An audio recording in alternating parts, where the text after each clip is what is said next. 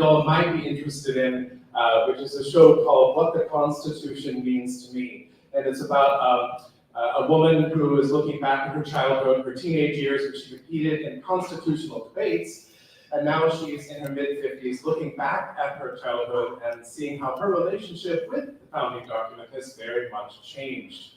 So this particular group might be interested in that show. It opens on May 11th. It plays for 4 weekends here at Open Stage. And you can get tickets at openstagehbg.com. And with that, I'm going to pass it off to the fantastic Kamika and Molly. And here you go. Thanks so much.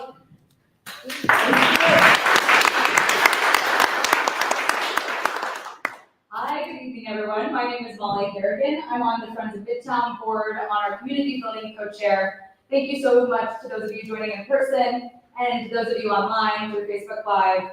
We are so pleased to host another primary election debate night. And over the next 1.5 hours, we'll get a chance to know the Democratic candidates running for the 103rd Pennsylvania House District. There are 5 candidates running for 1 seat.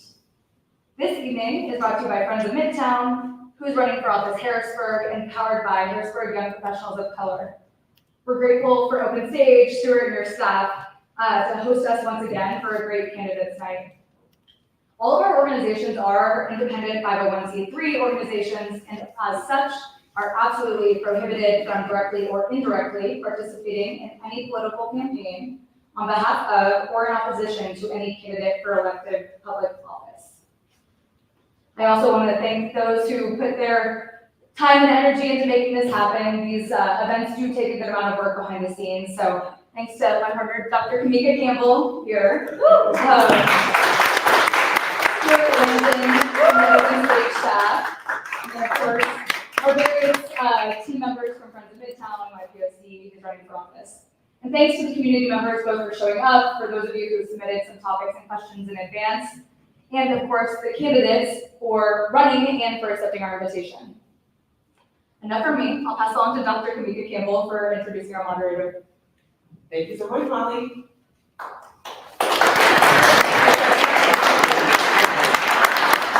I'm pleased to introduce our moderator for this evening, Thomas Jordan. Mr. Jordan is a seasoned equal opportunity specialist in Harrisburg, Pennsylvania. He excels in driving diversity and inclusion initiatives for the Commonwealth while serving as a leadership consultant at GW Jewell. Thomas is known for his ability to foster inclusive environments and drive positive change across sectors. His leadership as the president of HYP Toastmasters led to significant membership growth and outstanding professional development workshops, showcasing his commitment to empowering individuals and organizations. He is a member of both HYP and YPOC. We are thrilled to have Thomas here with us this evening.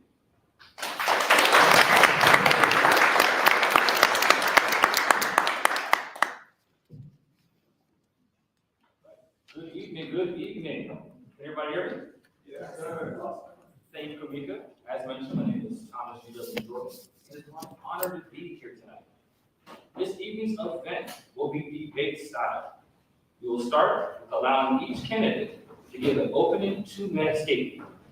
I will then ask these questions to all candidates, who will be given only 1 minute each to respond.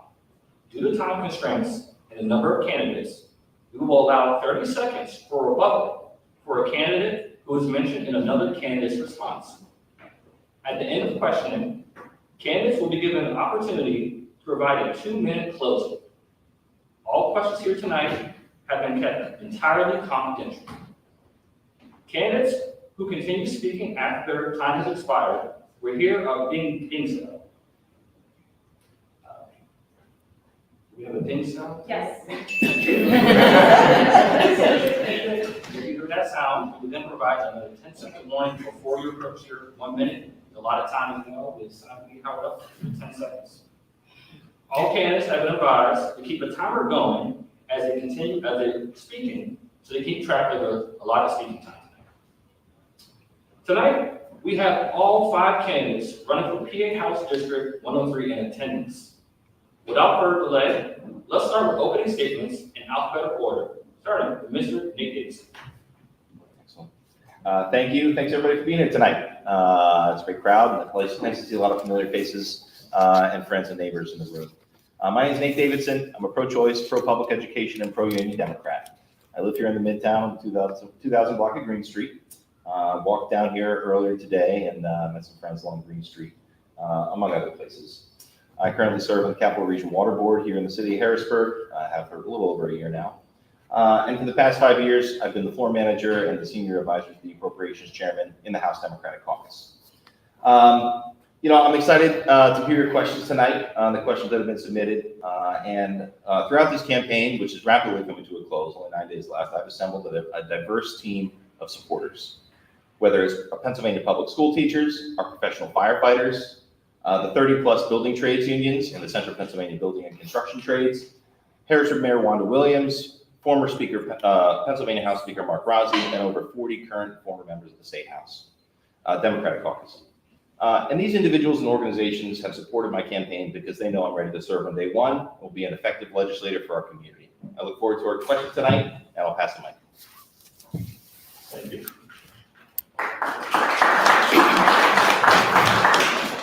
Next, Ms. Mercedes Evans.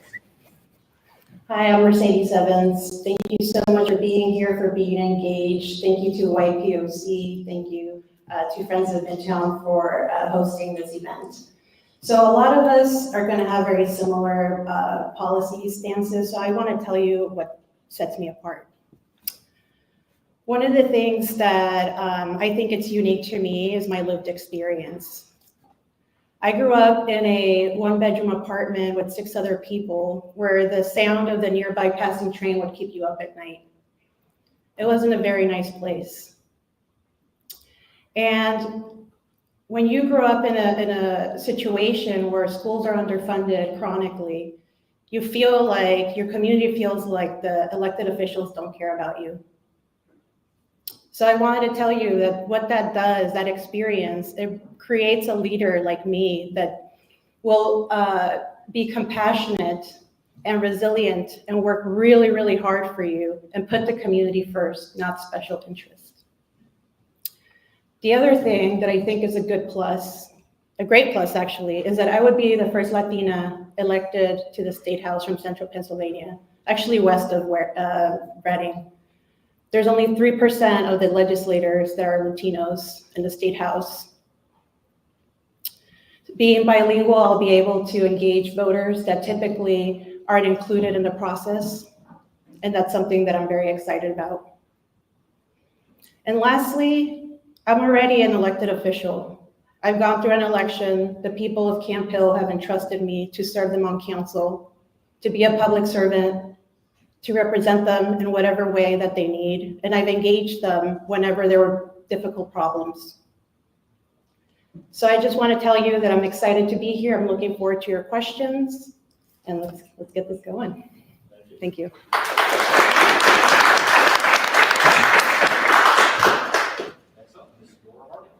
Hi, my name is Laura Harding, and I'm a progressive candidate. Since the redistricting a couple years ago now includes parts of the West Shore, I'm uniquely suited to represent this district, having been raised on the West Shore, attended public schools on the West Shore, and been a long time, almost 20-year resident of Uptown Harrisburg. I'm currently the president of a neighborhood association in Uptown, and I've been called an activist by the press, but I see myself as more of an advocate. I have, as a grassroots advocate, I have advocated to bring transparency to our local government in the city of Harrisburg, where we led efforts to require that our planning commission and zoning hearing board meetings are live streamed, because they weren't previously, and unrepresented people were being taken advantage of. So I believe that government is meant to improve the lives of its citizens, and when that's not happening and our government is taking advantage of people, I get to work to change the laws and advocate for justice. As the first veteran legislative fellow to the Pennsylvania House of Representatives, I'm a Navy veteran. I single-handedly authored a piece of legislation that was sponsored and became law. I'm the only person on this stage that can say that I single-handedly authored legislation that became law. So I am here to advocate for the community, the needs of the community, and the most vulnerable people in our community. They come first. Thank you.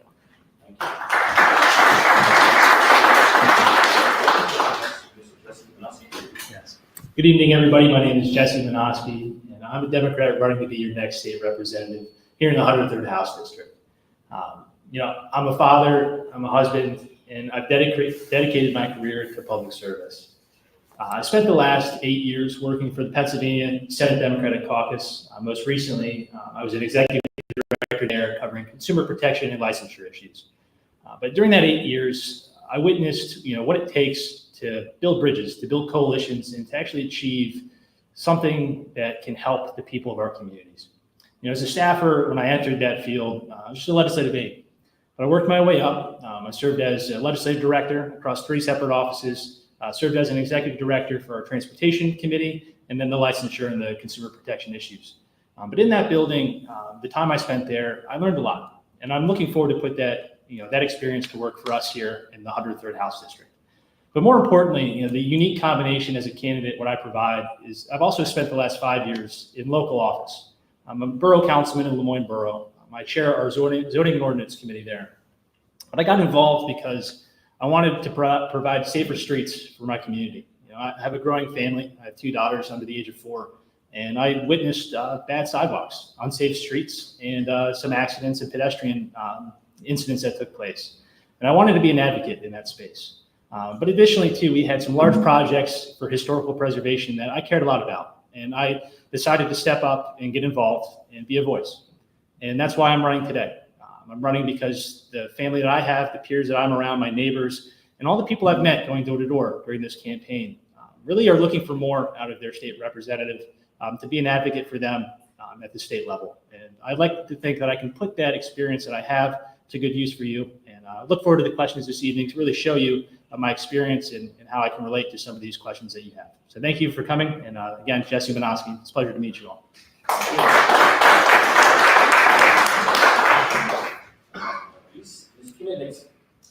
Good evening. Thank you for having me here this evening. Tina Nixon, and I'm excited to be your next state representative. Born and raised in the city of Harrisburg, it's exciting to be back here at Open Stage. I served on the board at Open Stage back in the day, and so it's nice to be here. But I'm running for office this time around since I was asked many times before, and I simply wasn't ready at that time because I was raising my family and juggling my career. And this is the right time because I'm a leader with experience. I have the ability to collaborate and bring people together and move things forward. I think it's important at this time when things are so divisive that we work together to make change in our community. And I'm the leader that has done that in the past and will continue to do that moving forward. Representation matters. And I don't talk about being the only, because I've been the only in many spaces throughout my career and my life. But I talk about representation and making sure the 8-year-old girl who was like me sees someone that represents her and is able to take action and move things forward. I've worked an intern at the House of Representatives, so when you talk about experience, I have that experience. When you talk about building community and bringing resources to the community, I've done that. I ran the YWCA for 15 years, and each year we served 20,000 women and children. We were the first organization to get a grant to serve our homeless veterans, which continues today. We're the first organization to address human trafficking. So I am a proven leader with proven experience to bring resources to this community, and I thank you all for being here.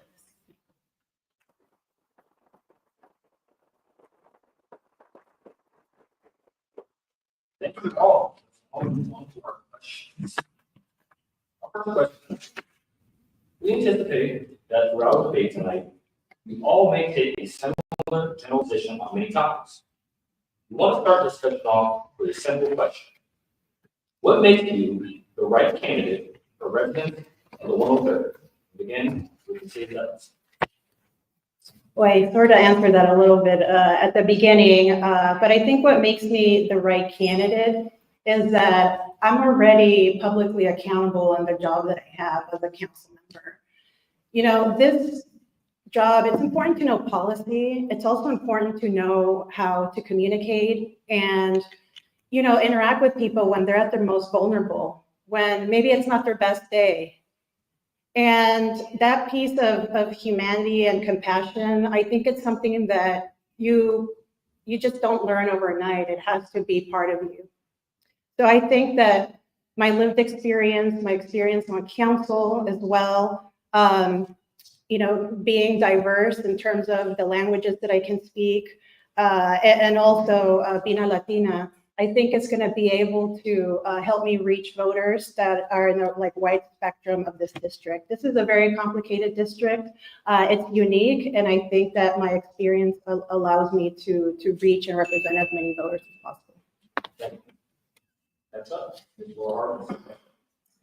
Well, as I said in my opening statement, I have the longest tenure as a resident of all parts of the district.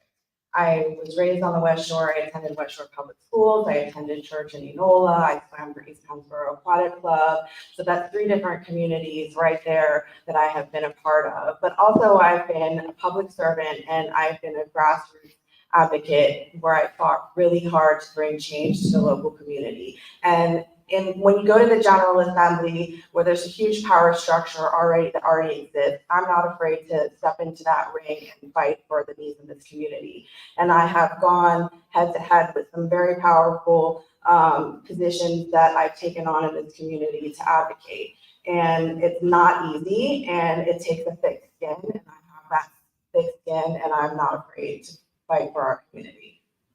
Thank you. That's Jesse, same question.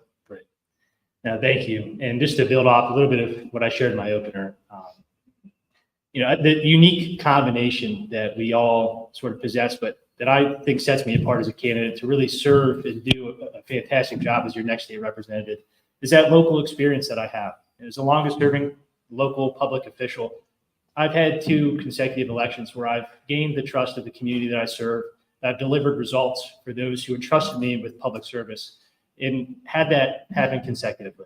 And building off of that too, is the only candidate on the stage that has the time served in state government that have seen over the last 8 years how things have been accomplished, how things have stalled, how progress has been thwarted. To know the relationships in that building, I think is something incredibly important in your next state representative. To have that combination of that local and state, I think is important. But 2, to be able to connect with the next generation of voters and residents in this district is equally important, because that will be the future of our community, and to be able to invest in that and give them that hope, I think is important. Thank you. And Tina, same question to you. What sets me apart is my lived experience here in Central PA. And growing up in Harrisburg, I have to pay homage to my mother, who started the St. Francis Soup Kitchen. And I pay homage to her because it'll be 17 years tomorrow that she passed away. I saw her serve the community and give whatever she had to this community. I learned that, and I learned that bringing people together in a way that we can really impact change is so important. And what sets me apart is my leadership. I worked on the international, national, state, and local level. I've advocated for reproductive rights, early childhood education, and women's rights and safety. I've developed domestic violence legal center, and connecting people and to resources is something that is very important that we do as a state representative. And also it's important that we listen to understand the needs of our constituents. And I'll be that representative to listen to understand. Thank you. And Nate, same question to you. Thank you. Yeah, I think the thing that sets me apart as a candidate is my experience working in the House of Representatives for the past 5 years with the Democratic Caucus leadership and the caucus as a whole. Prior to that, I was a political campaign staffer, and I worked to recruit, train, and elect candidates, Democratic candidates, here in Pennsylvania and in other parts of the country as well. But it's my experience working in the House with this caucus right now. As members of the leadership staff, we work the floor with the votes. So when Republicans tried to ban abortion in Pennsylvania, the House Democrats stuck together and we said no. And when they tried to defund our public schools through voucher programs, we stuck together and we said no. And when they tried to attack our labor unions, the House Democrats stuck together, and I'm proud of the work that I did up there. And one other thing in appropriations, we drive grants for economic development, infrastructure projects. I'm sure I'll talk about the Broad Street Market later, but I think that's one thing that sets me up uniquely for our community here in the Harrisburg portion of the district to deliver for our constituents. All right, we'll now move on to our second question of this evening. Since the last election for the city, discussions around pedestrian and cyclist safety throughout the city have stalled. However, Front, Foster, and State Streets, which are under Commonwealth's jurisdiction, remain dangerous to pedestrians and cyclists, despite years of residents' help to address safety issues. How would you address pedestrian and cyclist safety in the city? Ms. Warren, Interesting that you asked this question because I recently posted a similar comment under an article on the Berg that was posted, so you can read my comment there. But it's abhorrent that the city has done nothing to improve the safety of pedestrians and cyclists along State Street in the predominantly Black and brown communities of our city, while focus has been on the Front Street, predominantly white gentrified communities. And what I would do is I would push, because that's a PennDOT-owned highway, that I would push to have conversations with PennDOT and, tell them, that they need to bring change. And if any legislation that I could pass to put pressure on PennDOT to take action in those areas, I would do it. And that would be it.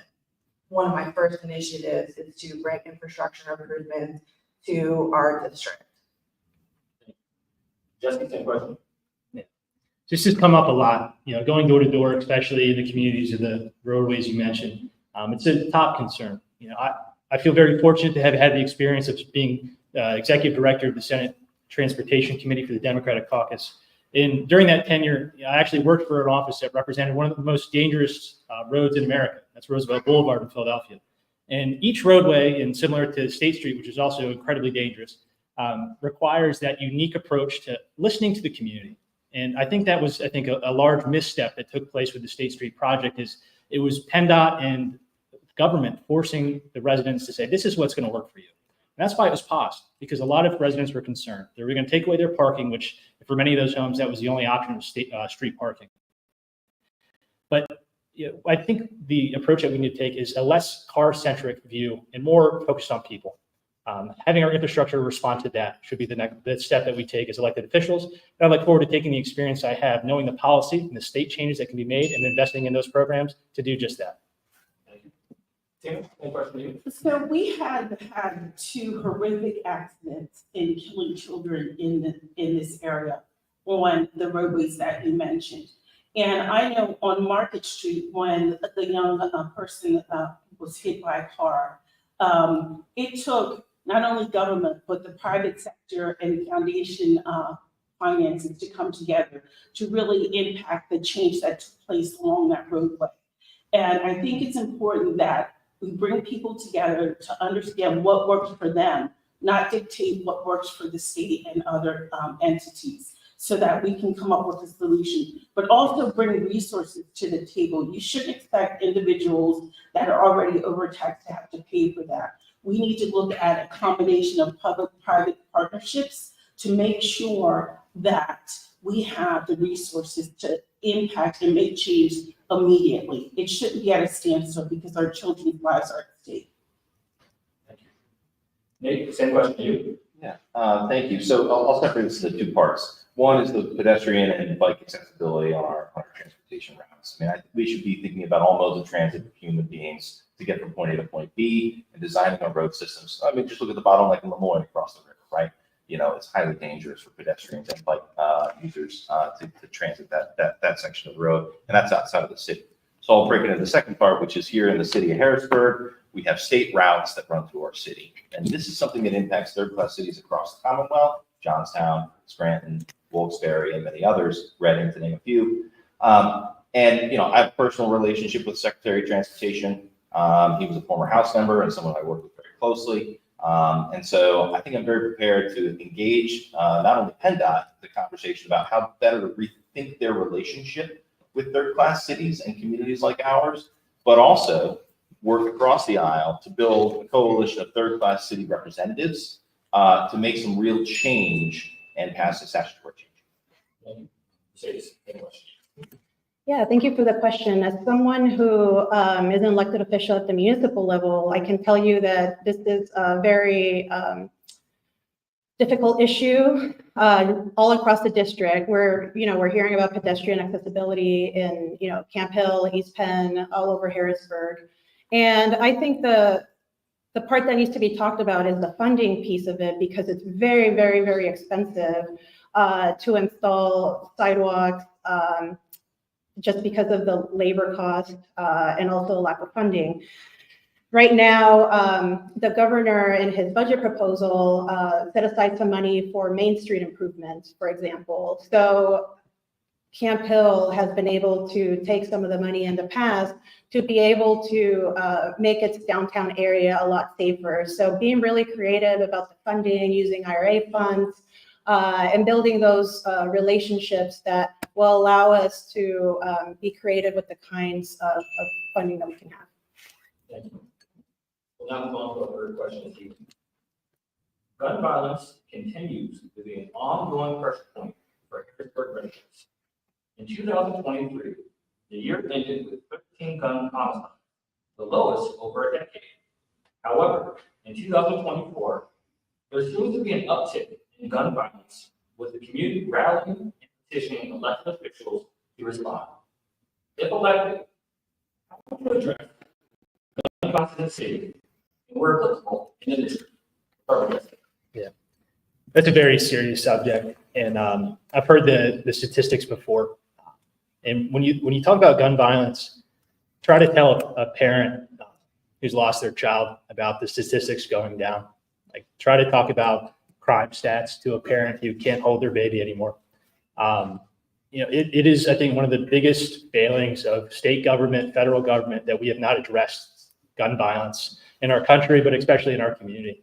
I think it takes a representative who understands, who has compassion, who's been impacted by gun violence, who has seen how it has ripped communities apart. I think that's the first step.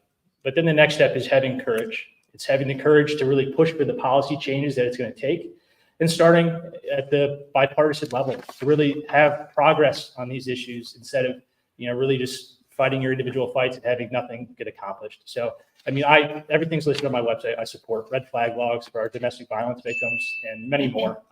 But I think those are the steps that need to take place first. Thank you. Tina, same question. Yes, we have to get these illegal guns off our streets, and we have to work towards that. And it's going to take a private-public partnership to make this happen.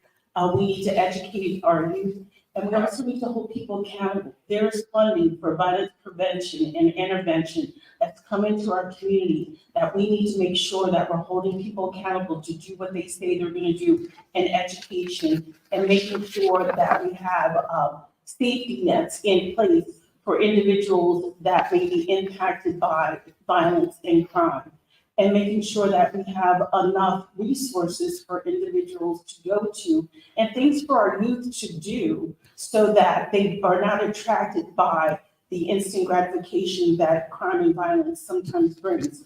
And so I see that this is a very important issue, especially working in healthcare and the trauma that it brings, not only the mental health, but the physical and emotional trauma that it brings to families. We need to address it, and we need to do it now. Thank you. Thank you. Nate, same question. Thanks. I'm going to, again, split this into two parts. So the first is, on gun safety and gun violence and gun death prevention. I'm proud to earn this distinction as a Moms Demand Action Gun Sense candidate, because they know, and I've committed to supporting the red flag laws on the floor, lost and stolen bills to require people to report lost and stolen firearms, universal background checks for firearm sales, and other common sense gun legislation. Second part of this is, and that's all to address gun suicides, unsafe storage for children in the home, etc. The other part here is gun violence, and I walk past the candles at 3rd and Kelker, at 5th and Maclay, and see the shrines of the children that we've lost in our city. This is an issue that is, as Tina mentioned, illegal guns. We need our whole community to come around and embrace the next generation and a safe environment for our families. That takes a lot of wraparound services. That takes nonprofit engagement and, of course, funding for those nonprofits from the state. Let's say the same question to you. Right now, I think the first step is to hold the public safety system we have accountable.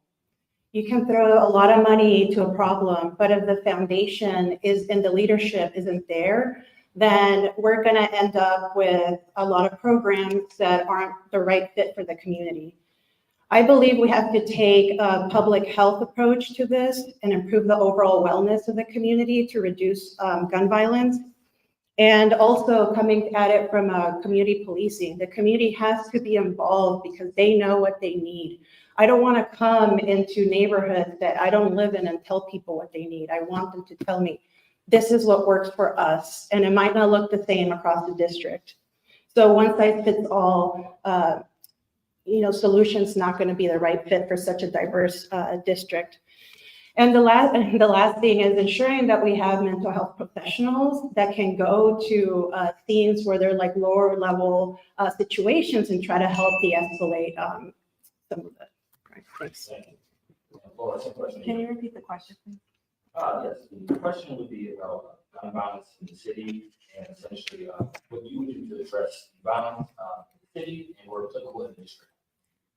So in the city, this is definitely a more unique situation. I support evidence-based community and violence prevention and intervention and trauma-informed care. As the candidate who serves on the Act 141 Advisory Committee for our school district, I know that our children and our youth are severely traumatized and they are not getting the care that they need. So we need to seriously ramp up funding for mental health services, trauma-informed care for our youth. Also, I am, we need to stop charging children as adults when they commit acts of violence because the human brain is not developed until the age of 26.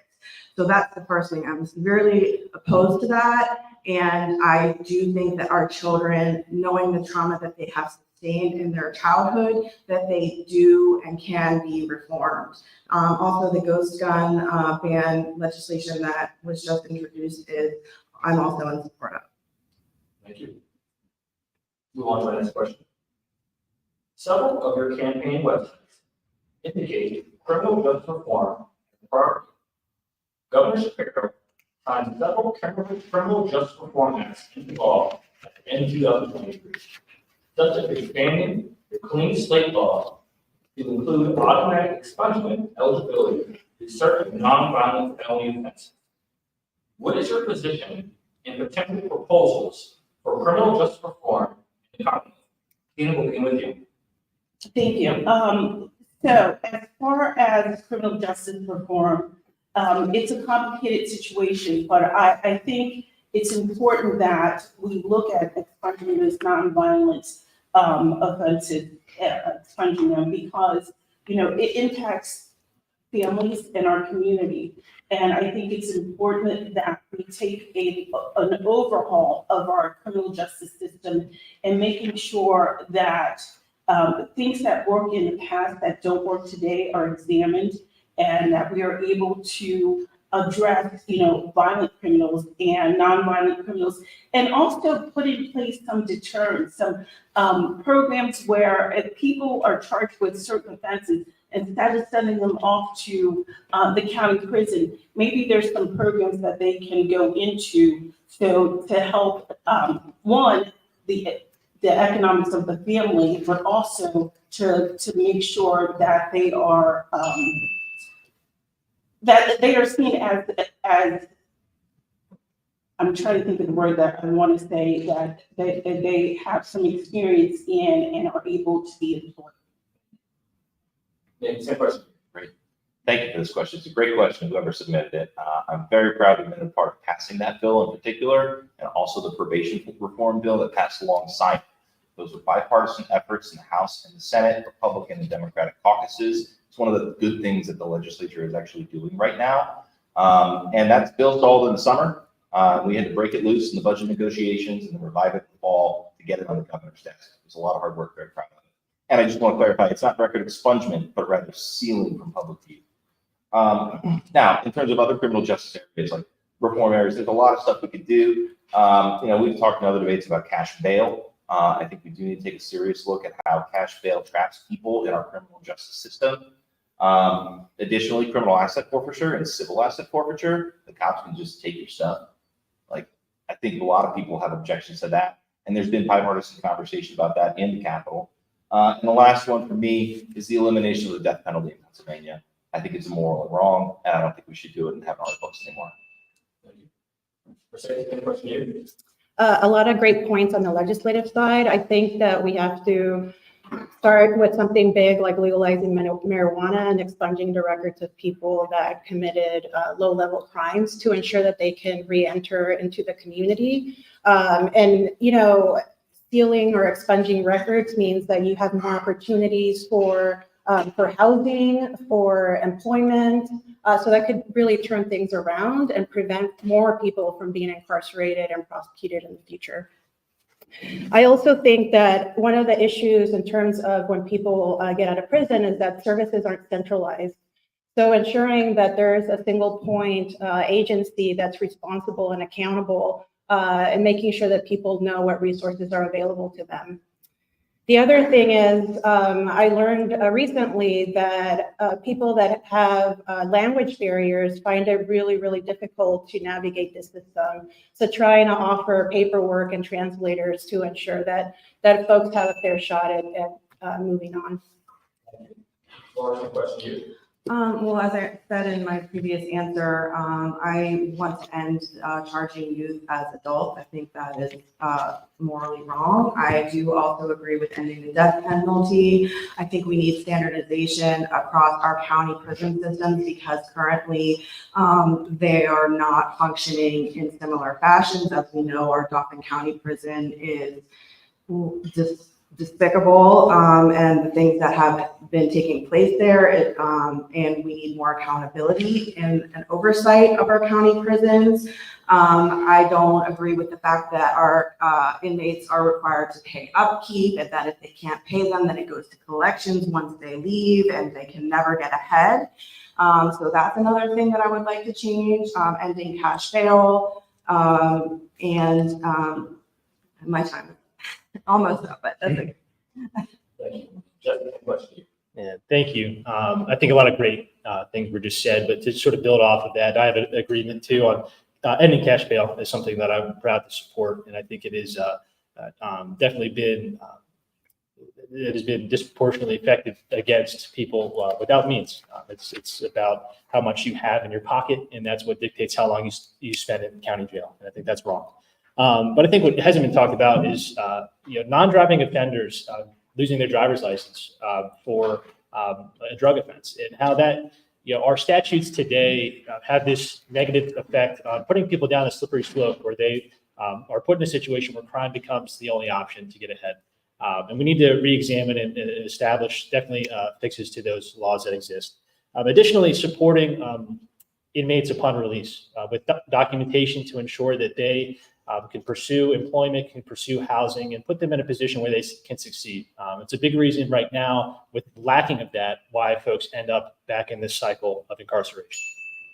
Thank you. Move on to our next question. The minimum wage in Pennsylvania is $7.25. Many of your campaign websites indicate support well-paying jobs as well as increased access to apprenticeships and trade schools. Please share that you support better-paying jobs and workforce development. Nate, we can review. Thanks.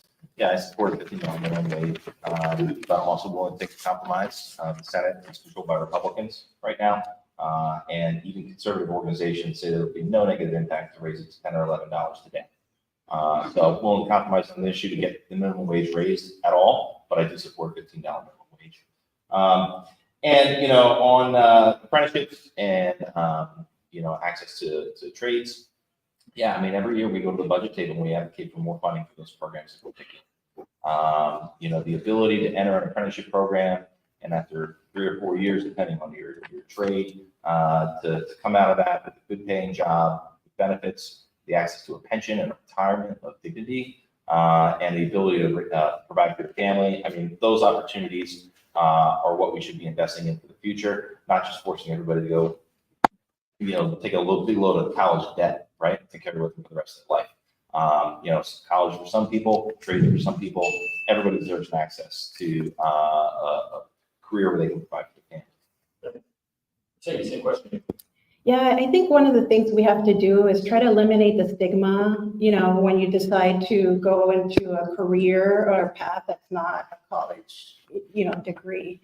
Right now, there's a little bit more of a movement to go into apprenticeship jobs, into trades, because, you can come out after 4 years and be making almost $100,000 and not have any debt. You can buy a home. And apprenticeship programs, for example, even though they can be competitive, sometimes in certain counties and cities, they have them at the high school level. So there's already a track in place where if you already know that college is not for you, you can go out and start making a decent wage until you're fully certified. So I'm a big proponent of trying to increase the presence of unions, of these apprenticeship programs at the high school level to ensure that kids know that if college is not the way for them, that there's other opportunities where they can thrive. Thank you. Laura, same question to you. Yeah, so I support increasing the minimum wage to what I think, based on inflation now, should actually be $20 an hour, because the $15 an hour was proposed long before we've been in this period of inflation. So $20 an hour is more in line with what it should be. And as a task force member for the William Penn High School, I'm proud that I was one of the people who advocated to reopen it as a vocational technical school. And I think that we need to continue to look at that. But however, when it comes to apprenticeship programs, we need to remove barriers for Black and brown applicants, because we know that they're not accepted at the same rate as white applicants. So that's one of the things that I will push for with apprenticeship programs, that if any funding that is provided to apprenticeship programs, that those barriers are removed. Thank you. Yes, same question to you. Yeah.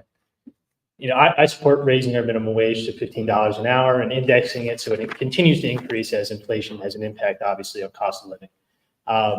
We talk about better paying jobs. I'm proud to be a candidate who has union endorsement from our nurses and our healthcare professionals union PASNAP, because they understand in me as a candidate, I'm somebody who's going to fight for organized labor and be sure to be an advocate for them in our state Capitol building. But two, we talk about our labor unions and the ability to organize. We need to recognize that is the next incredibly important fight in the state House building, but also on the national scale. We're talking about protecting reproductive health care rights, absolutely. But Republicans are coming for that next. And to be a candidate who's going to fight for that at every opportunity, you can trust in me that to be that, to support our unions and to support them by codifying these rights to ensure that they aren't eroded, to ensure we have a living wage for families in our area is important. Thank you. Same question. Yes, absolutely support increasing the minimum wage to $15 an hour. But I just think that's the base. And we need to make sure that we don't increase it to outpace or to damage our small businesses. And as it relates to workforce development, I think it's important that we look at industries where there's gaps. Right now, we have a huge gap in healthcare as well as teachers. And we need to expose our youth and those who are underemployed to careers in those fields and really drive individuals towards those fields for careers. Right now, when you go into certain careers, especially in healthcare, you can start at an entry-level position and work your way up through and get your master's degree. And we need to communicate that to individuals, that there's opportunities to, grow your education and your work, through these different careers. Thank you. Move on to our next question. Disparity in student achievement among school districts in the PA 103, including Harrisburg School District, Westbrook School District, among others, is an ongoing issue. How would you address this disparity at the state representative? Mercedes, begin with you. The first thing that comes to mind is that there's a growing population of students that English is not their native language. And it's one of the reasons that they're struggling. and falling behind. So we need to increase our ESL teachers to ensure that students have an opportunity to learn English as quickly as possible so that they can thrive as they move on through the system. I went to a Harrisburg school board meeting, and there were two principals of elementary schools that were giving presentations on the benchmarks between the first of the year and then the middle of the year. And the numbers, the progress actually went downward. And for for kids in elementary school to have really high absence rates, like there's something more there than just the school themselves. So we need to see this as a holistic community wellness mentality to be able to solve some of these like disparities that you're talking about. Laura, same question to you. Yeah, so I serve on the Act 141 Advisory Committee, which for Harrisburg School District, which is because we're under receivership. So one of the reasons that we're so far behind is because the money taken out of our schools for charter schools has not been restored. So that put us further behind. So that money needs to be restored. We need to have an increase in funding for maintenance of our schools. Also expand universal pre-K and funding for special ed. And one of the reasons we have higher incidence of special ed students is because the data shows that proximity to environmental injustice sites in our community, such as proximity to the incinerator, brownfields that haven't been cleaned up, has increased the rate of special needs students in our school district. So that's another disparity. So we need even more funding for that. Just the same question to you. So the four school districts you mentioned across the 103rd, Harrisburg School District, East Pennsboro Area School District, Camp Hill, and West Shore School District are all inadequately funded. If you look at the state's figures for this, Harrisburg, it's about 54.7, and the other three districts on the West Shore combined don't even approach that. That's disparity.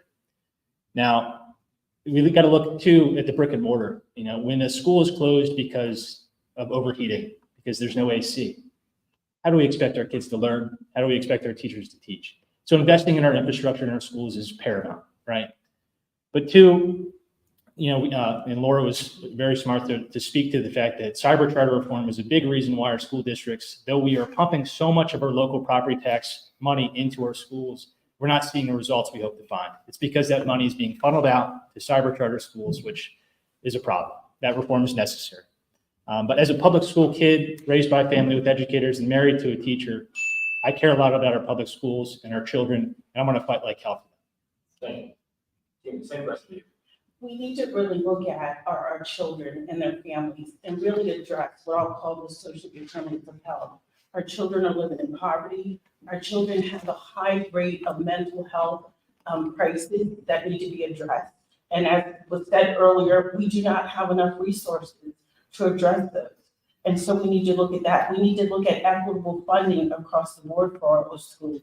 And we also need to look at the impact that a lot of things that we talked about earlier, when we talk about crime, when we talk about food deserts, when we talk about these things that impact our children and their inability to learn, when we talk about the infrastructure, schools shouldn't have to pay for infrastructure. That should be something that we do, as a state to make sure that our schools are prepared and ready for students to come and learn. But we also need to talk about the culture that our children are going to school in and making sure that they are safe. And not only for our children, but for the teachers, and also provide resources to our parents.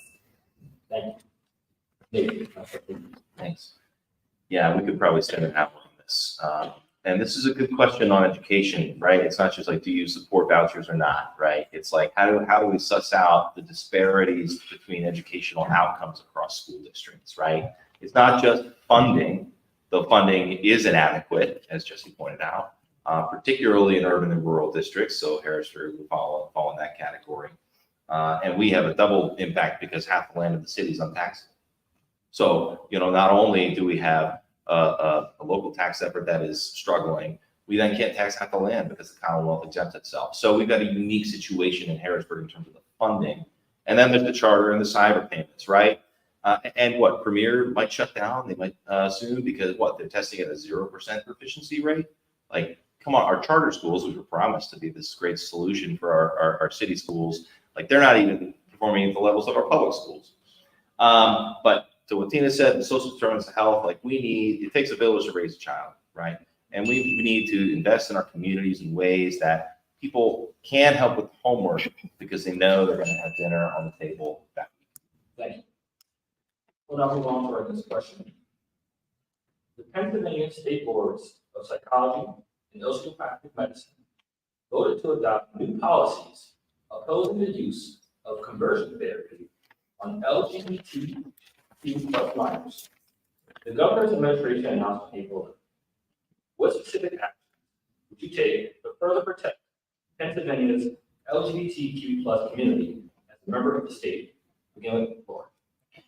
So I would start by the passage of the Fairness Act, but I am also a component of any kind of those programs for our youth, and we definitely need stronger protections for our LGBTQ community and our youth, and I will do everything I can in my power to protect our LGBTQ friends, family, and family members, neighbors.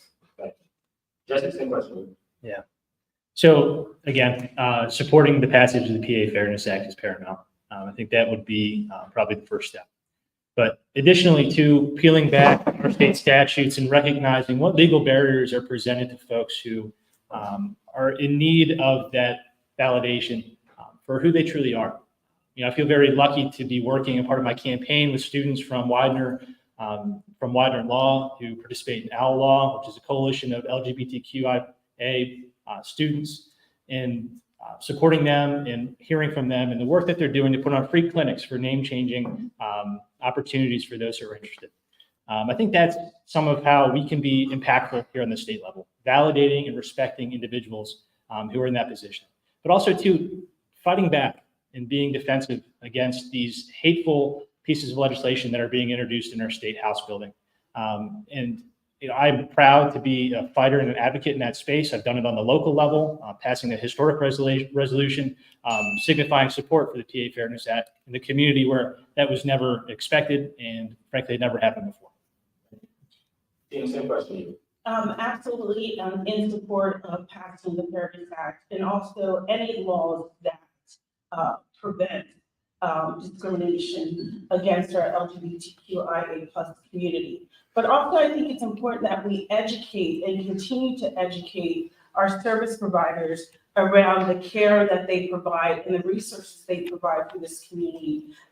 We know that, especially in healthcare, that individuals that go to their primary care physicians from the community don't go because of the way they were treated. So providing that education and just the cultural awareness of what is needed to provide to our LGBTQI, and things as simple as identifying sexual orientation, gender identity, and affirming care, and making sure we have policies and procedures in place so that individuals that walk through any door feel welcome and are treated with dignity and respect.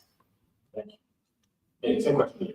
Yeah, no, for sure. I mean, passing the Fairness Act or the non-discrimination bill, as some may call it, in the House and the Senate, it's not by the governor's big priority, right? And that's been a champion of Chairman Frankel for many years, and especially in the wake of the Tree of Life shooting, they expanded the language in that bill to include some references to hate crimes as well, which is a very significant and growing problem in our communities. But the other thing we need to do is make sure that we're not funding any discriminatory activities or conversion therapy, in particular, to go back to your question. It's just like last year where Governor Shapiro lined and veto the funding for those shady anti-abortion clinics, right? We need to be careful with our tax dollars and ensure that they don't go to programs like that, which harm our families, our neighbors, and our communities. Thank you. Thank you. Again, yes to passing the Fairness Act. When I was in college, I was a rainbow educator, and I have put on workshops to faculty, staff, sororities, fraternities, to educate them on LGBTQ specific issues. And like another candidate said, education is key here, and not just to medical professionals, to police departments, to anyone that has to serve the public.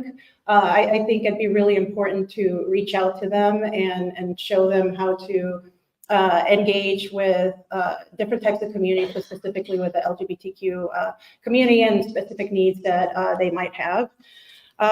So I think that's really important. And I also think that there has to be, as a state rep, I'm going to be working with, the Harrisburg community and 4 West Shore communities, and like empowering local communities to also try to elect individuals that are not going to be spewing hate during school board meetings or council meetings. So ensuring that even at the local level, we can make a change. Move on to the next question. Let me record.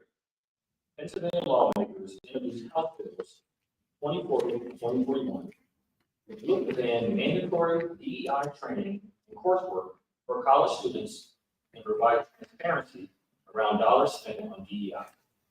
Some states have recently been successful in enacting similar bills.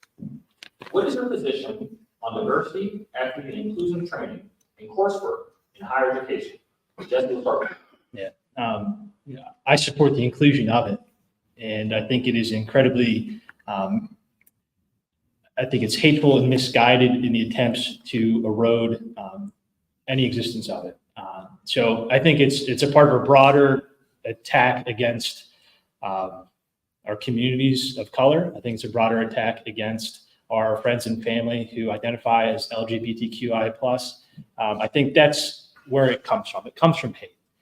So to stand against that is important, but also to educate and try to let folks understand what these programs do in our communities and why they're incredibly important.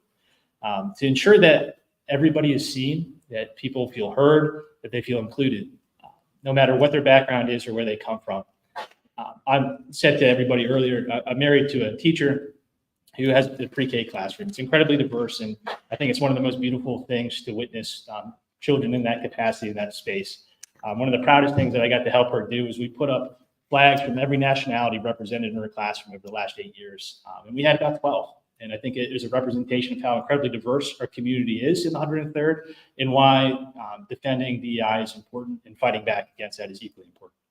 Thank you. Tina, same question. So as a diversity and inclusion practitioner, I think it's very important that we continue these conversations, especially on our college campus.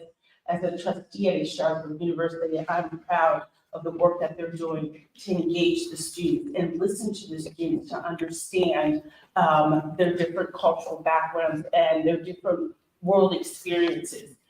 In order for us to really come together collectively, we need to break down that fear of the unknown and really have those difficult conversations around race and around the treatment of others and around microaggressions and unconscious bias. All those things that enable us to be able to collectively be successful in the workforce when it comes to DE&I. I know a lot of states are eliminating it. I think it is something that we cannot eliminate if we're to move forward in a successful way and continue having those difficult conversations that people feel very uncomfortable having, but we must have them as we continue to move forward. Thank you. Hey, Sandy. Yeah, I mean, I'm opposed to those bills. These are stupid ideas, probably introduced. I don't know who introduced them, so I'm not going to insult them here because I don't know who they are. But look, education, if there's anywhere that we should talk about DEI and issues similar to that, it's in our higher education spaces. I mean, education is about exposing yourself to new ideas, different perspectives, and things that you haven't encountered yet so far in your life. Education is not about banning books. It's not about putting blinders on to things that make you uncomfortable. It's not about discriminating against diverse voices. Like, our educational spaces should be about expanding the horizons of what we experience and come to know, not turning our eyes away from the things that make people uncomfortable. Mercedes, same question here. A lot of great points, but I'm coming at it as someone who didn't feel represented in the textbooks. Our history books, a lot of college prep coursework, it's coming from a white perspective. And there's a sense of pride when your story is told. I had to take a special class just to learn about Latinos and Chicano culture. So I think that it's really important for the kids in our community, whether it's at the college level or at the elementary school level, that they feel like they're reading authors that understand what their experience was like. That they're reading textbooks that talk about their history and their contributions to this country. So I think I'm incredibly in favor of it. I think people need to feel represented, and this is under attack, and I'd be at the forefront fighting against it. Thank you.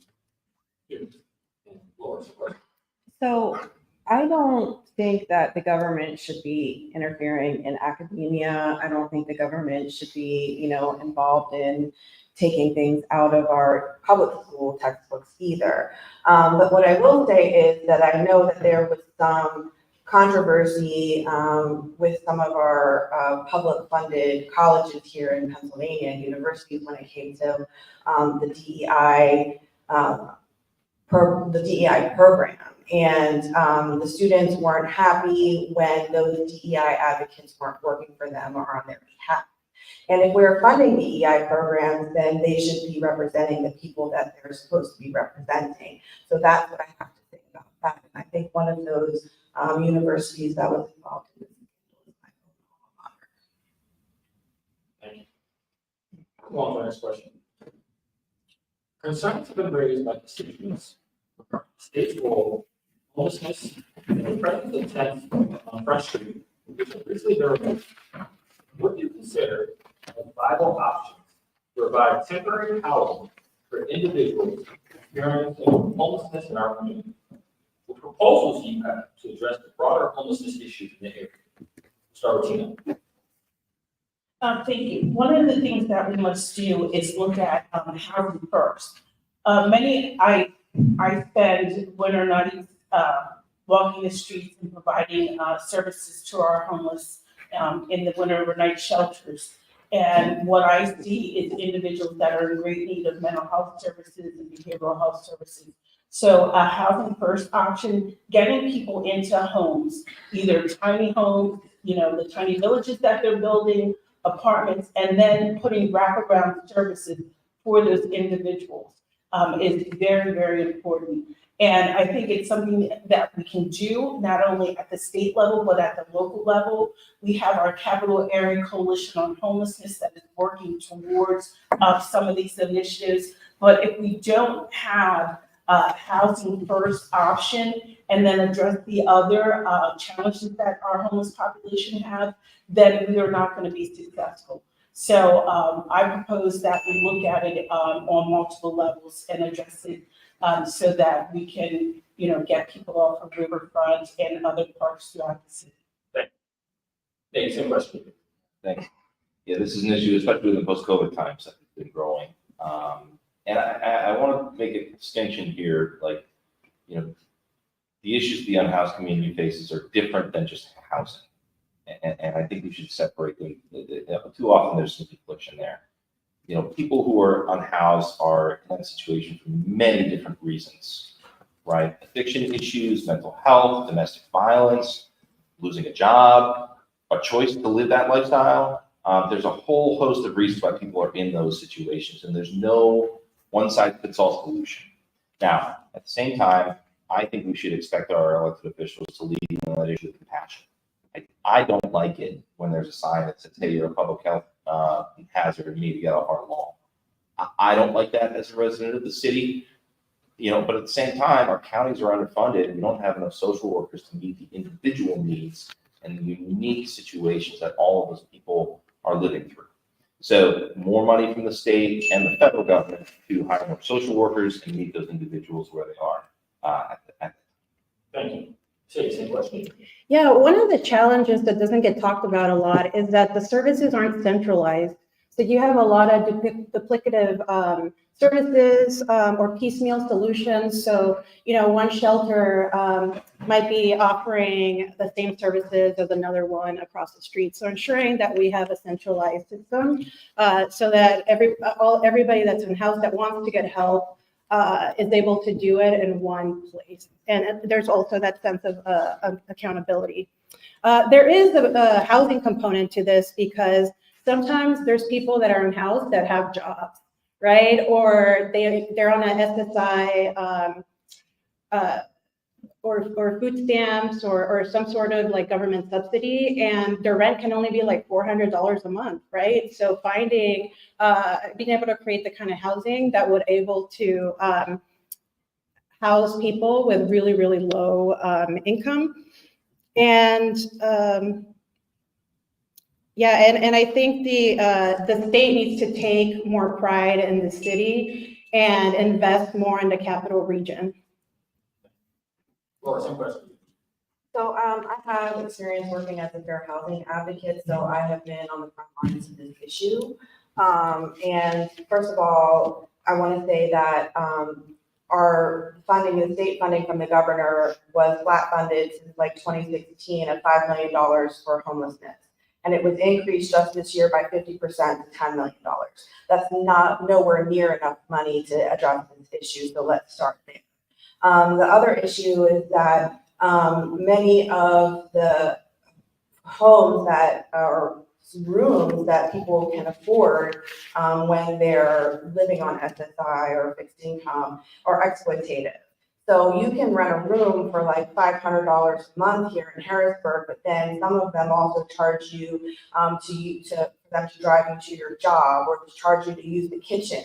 Many of them are predatory. So we need stronger laws to give those people tenants' rights, and also for services like CMU, the wait list can be from anywhere from 6 to 18 months. Thank you. And Jesse, same question. Yeah. So holding slumlords accountable, right? When we speak about increasing rent costs and what is driving folks out of their homes and onto the streets. Talking about our services in our community and what is driving funding. So I've talked to a number of folks who work in the space in our region, and it's absence of the proper federal definitions related to homelessness is a big impact for why funding is not where it should be at. So point in time count, right? It's the current process for allocating funding to our counties for homelessness services. And that is one point in time, literally the third Wednesday in June, to identify how many folks in the area are in need of homelessness services. In Cumberland County, they counted 50 that night. It rained. There was probably over 450 people they have been servicing throughout the year. They're being funded at a level of 50 individuals when they have 450 that they're caring for. So that's a problem. You know, being an advocate to our federal partners to make them understand that. And lastly, I just want to speak to, and I mean this respectfully, we have a candidate here on our stage, and you'll have an opportunity to respond if you'd like to, endorsed by Mayor Wanda Williams. You know, I really am not, we need to speak out against the administration's impact on our homelessness community. Pushing them from Mulberry Street Bridge to Riverfront to the PennDOT encampment over by the bridge. Yeah, it's a problem. Somebody needs to speak out against it. Move on to our next question. Is that candidate would like to respond to that? 30 seconds. Thank you. Yeah, my support from the mayor is because she knows that I had the experience to serve on day one and deliver for our community. She and I don't agree on everything. Not all of my friends get along, right? But that's the basis of her support for my candidacy, first of all. And second of all, I tend to agree with you. I think the way that we've been approaching the issue of the unhoused community in the city is problematic. And I would like to see a more collaborative environment and collaborative way to approach that issue. And also, like, if you have opinions about city politics, maybe move here and start voting in our primaries. Now move forward to the next question. How do you plan to navigate the landscape of divided government in Sydney, where the Democratic Party holds a slim majority in the court chamber, while the Republican Party controls other chambers? Given this political dynamic, what strategy you propose to foster bipartisanship and collaboration to state precedent issues effective? Can you read the second half of the question? Yes, I have a question for you. What strategies do you propose to foster bipartisanship collaboration to address the state's pressing issues effectively? Yeah, no, and it's just something that I've already done in the Capitol. We talked about criminal justice reform bills in the past, so I won't go back to those. Another area where I had the opportunity to work with Republican partners was to amend our election code for the first time in 80 years. We did that in 2019 to allow no excuse mail-in voting and make it easier to vote for Pennsylvanians anywhere. And I hear about that all the time at the doors. People are so happy that they can take their time with their ballot, whether they're young or they're old. There's all kinds of reasons people like to vote by mail. It was an easy, nonpartisan, should have been bipartisan bill. So I think my track record working in the Capitol and the House Democratic Caucus in particular sets me apart because that's something I've already done. And I would seek to build more friends to protect our labor rights, defeat abortion bans, protect our public education funding, and find a solution for transportation funding in the Commonwealth. Thank you. Mercedes, same question here. Yeah, Voltaire said, don't let perfect be the enemy of the good. And I think sometimes we get stuck on wanting to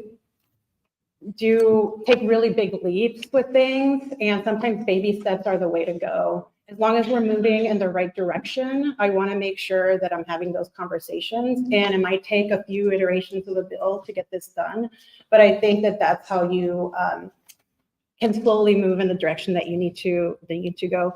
I also want to make sure that people, whether my colleagues or constituents, whether they're East Shore, West Shore, or whatever party they are, that they know that I'm going to be receptive to what they're saying, and I'm going to be listening to them without judgment, whether I agree with them or not. So being somebody who is open and an active listener, I think is going to create a reputation of being approachable. And I think that that's a huge plus of being able to go into a space with a clean slate. Thank you. Laura, same question. So I'm a progressive candidate, so I'm further left than most on this stage, I think. But as a legislative fellow, I was assigned to the Republican caucus. That's because I was assigned to the Veterans Affairs Emergency Preparedness Committee because I was the first veteran elected. And as a legislative fellow, I not only worked for the Republican caucus with no problem, but I authored a bipartisan piece of legislation that became law. So I have experience doing this. I have experience working in diverse environments as a veteran. Most people assume that we're all Republicans and we all think alike because we're all indoctrinated the same way, but no, that's not true. So I have worked with people who don't think the same way as I do, and we got along fine, and we got the job done. So I think I am a strong candidate in this manner. Thank you. Just a question, you. Yeah, so I'm going to continue what I've proven to be able to do as a staffer working in the Pennsylvania State Senate to date. Two of my proudest accomplishments in that time where I worked there, we passed very incredible legislation to help exploited children, ending loopholes that allowed for child marriage in Pennsylvania. That happened building a coalition in this position I was in a Republican Senate and a Republican House, and getting that to the governor's desk and having that signed into law to help save our children in this state. Additionally, helping victims of sexually violent crimes. I got to work one-on-one with a victim from Northeast Philadelphia named Karen, and we called the bill after her. It was Karen's Law. And to help victims in that position who are being re-victimized by their attacker during the parole process. Something that no matter the party, no matter the letter next to your name, individuals in that building realized that had to be changed. And we brought them together and we pushed for year after year after year, and we finally got it done. That's what I'm going to bring to the table as a candidate for this 103rd House District. Thank you. And Tim, some question. Yes, because of my 30+ years in leadership, I've built relationships throughout the General Assembly, and I continue those relationships today. And I think, something that Jesse mentioned, the collective coming together on issues that impact us all is so important, and that's what we must continue to do, and do it for the greater good. I have proven relationships, I've built collaborations and consensus around issues that impact individuals that live within the 103rd, and I will continue to do that as your state legislator. I think, when you look at how, divisive it is, and you have people saying, well, I'm not going to work with you because you're a D, you have to really look at and bring together those voices that elect the folks, and making sure that the constituents that voted you in are at the table to make sure you're moving things forward regardless of what letter you have beside your name. And I'm able to do that. Thank you. All right, so those are all the questions for this evening. We will now invite each candidate to provide a closing statement. You have 2 minutes. We'll start with Mercedes. Again, thank you so much for being here today. Thank you to YPOC and Friends of Midtown for hosting. You know, politics is not my occupation. I don't do this full time. It's a calling to be of service to my community. And like many of you here, I work full time on top of being a council member and trying to make a difference. I'm working full time now as I'm running for this seat. So the one thing I want you to leave with today is that I'm gonna work as hard as I'm working now running this campaign while being fully employed. I'm gonna work really hard for you when I'm in office. You'll be my full-time job, taking care of this district, advocating for this district, and ensuring that we can all thrive regardless of what side of the river you're on or whatever your political affiliation is. There's a couple of people that work in the state House and the state Senate, and that's all admirable, but this job requires you to have public accountability, to reach out to the community and be proactive when you're trying to make change so that things like the William Penn High School and everything that happened as a reaction to that doesn't happen when I'm in office. So I just want to thank you and let you know that I'm going to be looking out for your interest and not those of political insiders or power brokers. So thanks again. Thank you. Laura? Yeah, so this open seat presents a unique opportunity to elect a progressive candidate to the General Assembly to give more power to progressive voices. And I believe that I am the candidate to do that.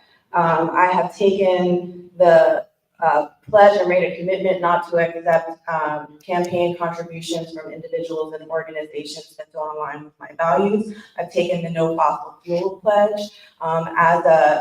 In the Navy, I did meteorology and oceanography, so climate change is not just a talking point for me. So I'm very serious about climate change issues, and I will work to pass those policies and legislation that protects us from further damage from climate change.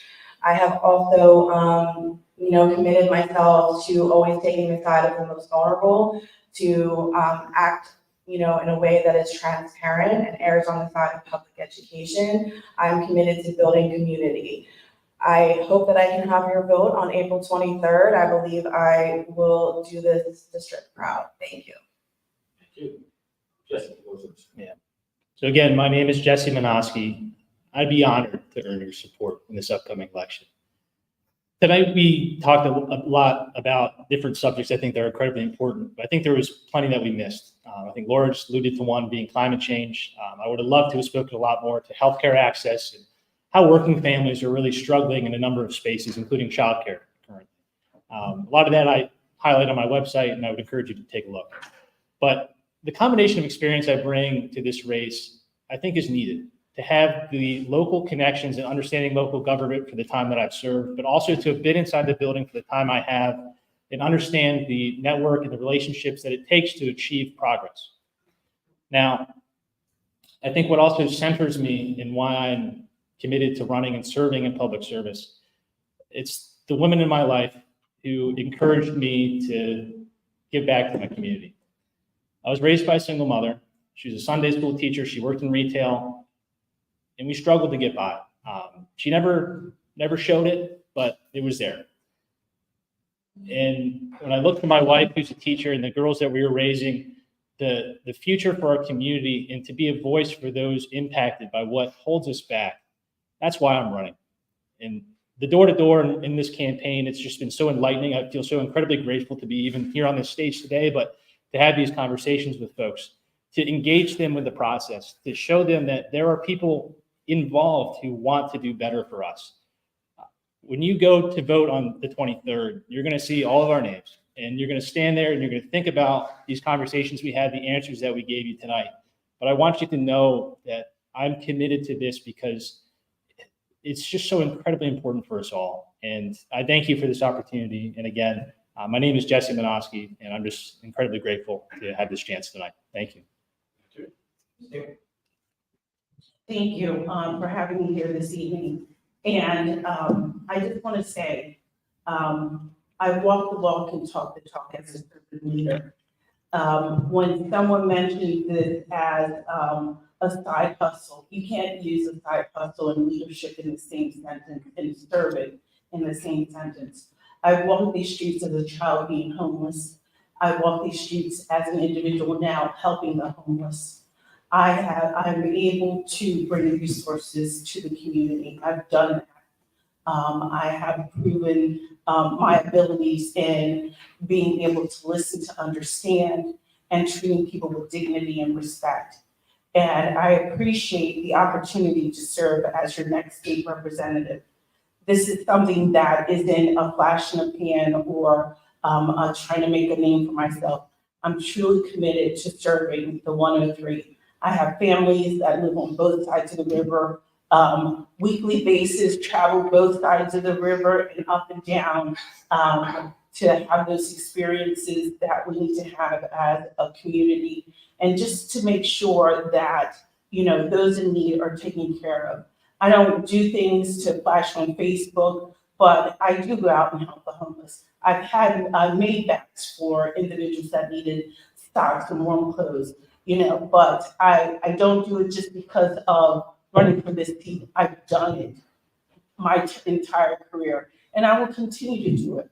But I'm committed to making a change and will work with individuals that are committed to making change and moving things forward for all of us. I do this because I really care about what happens in our community, and I'm looking forward to serving as your next state representative.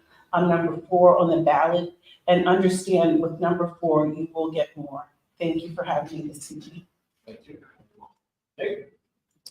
Thank you, and thanks everyone for coming out tonight again. I really appreciate everyone engaging in this important time in election season. But really, you know, I look forward to seeing you all at more Friends of Midtown events throughout the year and years to come. You know, I decided to run in the summer when I was awake at 3 in the morning, feeding our daughter, who turned 11 months today. It's very, very exciting. And I saw the pictures of the Broad Street Market burning down. My wife and I live here in the Midtown. We love living in a livable and walkable city, and excited to grow our family here. Our baby boy is 12 days old. And, you know, in the middle of the night, I realized that my experience in appropriations and work to drive out grants and financial support for communities across the Commonwealth could be put to good use for our community here.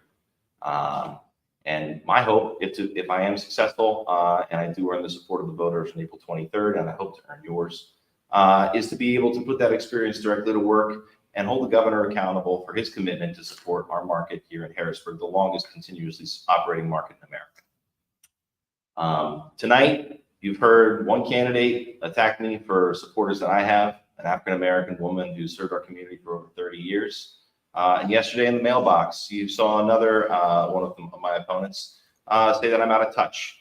But I think the diverse coalition of supporters that I put together from our professional firefighters, our public school teachers, the 30+ unions of the building trades, local and elected officials across the Commonwealth, speak to my experience, my character, and my ability to do the job.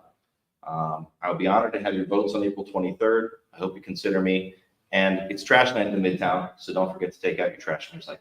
Have a great night, everyone. Thank you. So let's give our candidates all a right. Well, thank you.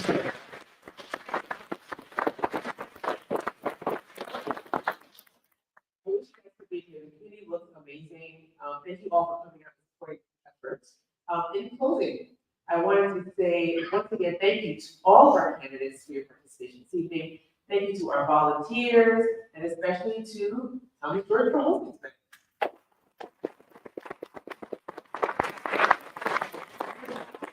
This is all of you. We have a special announcement that we also scrolling online at the bottom of the screen for everyone to see. We want to invite you to come out to our We Fight Back Voter Rally on April 21st at Midtown Cinema parking lot. That's Rain and Shine. We'll be there from 4 to 7 p.m. The Blackest Bus in America will be pulling up Black Voters Matter. So please join us at Midtown Cinema. Shout out to Midtown Cinema for allowing us to partner with them on that event, along with Mobile Counts, Black Wall PA, and several other organizations that will be joining us that day. Next, we also want you to get ready for the Midtown Cinema. We want you to get ready for, Friends of Midtown, the Greater Harrisburg, and Little Cleanup is coming Saturday, April 20th, and ongoing in April and May. And additionally, the Midtown Maker Series is also coming up. There'll be more information on that on the Friends of Midtown page. Last but definitely not least, we want you to get ready for Juneteenth. Our events are up on the website at juneteenthhbg.com. We would love for you to start getting ready to join us for that by reserving your seats and getting your tickets down. Some of our chairs and committee members are here in the audience. And last but not least, I already said that, so I lied. Don't forget that primary elections are on what day? What day is it? April 29th. Go and vote. Polls are going to be open from 7 a.m. to 8 p.m. And don't forget to return your mail-in ballot if you did that. If you haven't requested your mail-in ballot, you only have until Tuesday to do that. So please request your mail-in ballot by April 16th. Once again, thank you to everyone here. Thank you to Open Stage. Clap it up for yourselves. Next Tuesday, April 23rd. Thank you, everyone, and have a great day.